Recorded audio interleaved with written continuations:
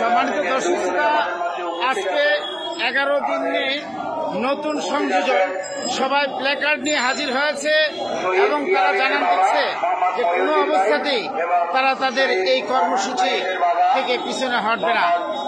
অন্তর্বর্তীকালীন সরকারকে সিদ্ধান্ত নিতে হবে যে শিক্ষকদেরকে কি তারা রাজপথেই রাখবে, না তাদেরকে সুসংবাদ দিয়ে বাসায় ফিরাবে, প্রতিষ্ঠানে ফিরাবে। সরকারকেই তার সিদ্ধান্ত নিতে হবে।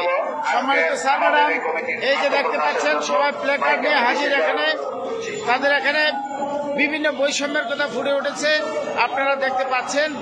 এখানে আমাদের সুস্পষ্ট বার্তা যে আমাদের দাবি পূরণ না হওয়া পর্যন্ত আমরা আমাদের এই লাগাতার কর্মসূচি আমরা চলমান রেখেছি এবং চলমান থাকবে। সম্মানিত দর্শক শ্রোতা, এখানে দেখুন এই যে আজকে যে প্ল্যাকার্ড দেখছেন, সেই প্ল্যাকার্ডের রূপকার হলো আমাদের মনিরাজ স্যার। সে নিজে অর্থায়ন করে, নিজে লেখে আজকে প্রেস ক্লাবে নিয়ে এসেছে।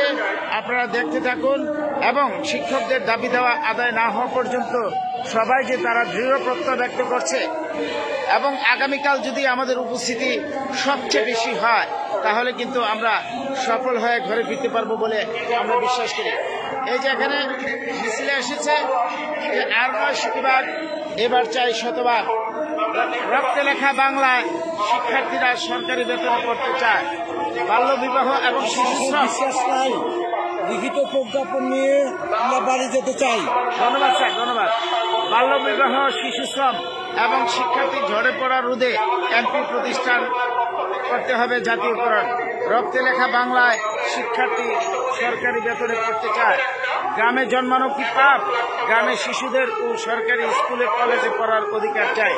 বৈষম্যহীন শিক্ষা বাস্তবায়ন এমপি প্রতিষ্ঠান করতে হবে জাতীয়করণ।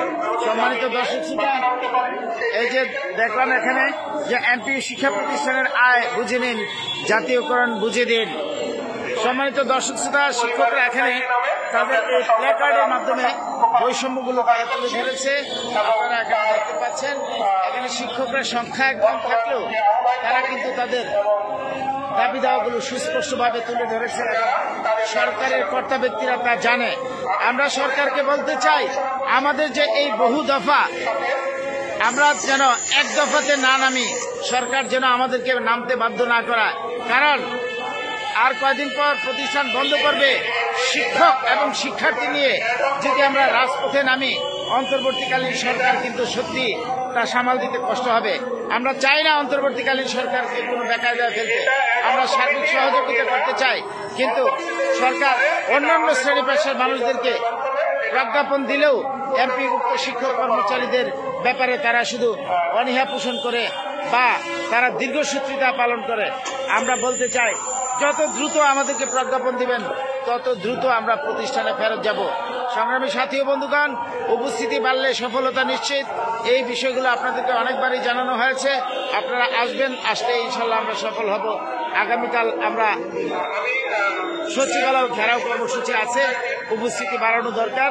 সবাই রওনা দেন ঢাকার দিকে। আসসালামু আলাইকুম।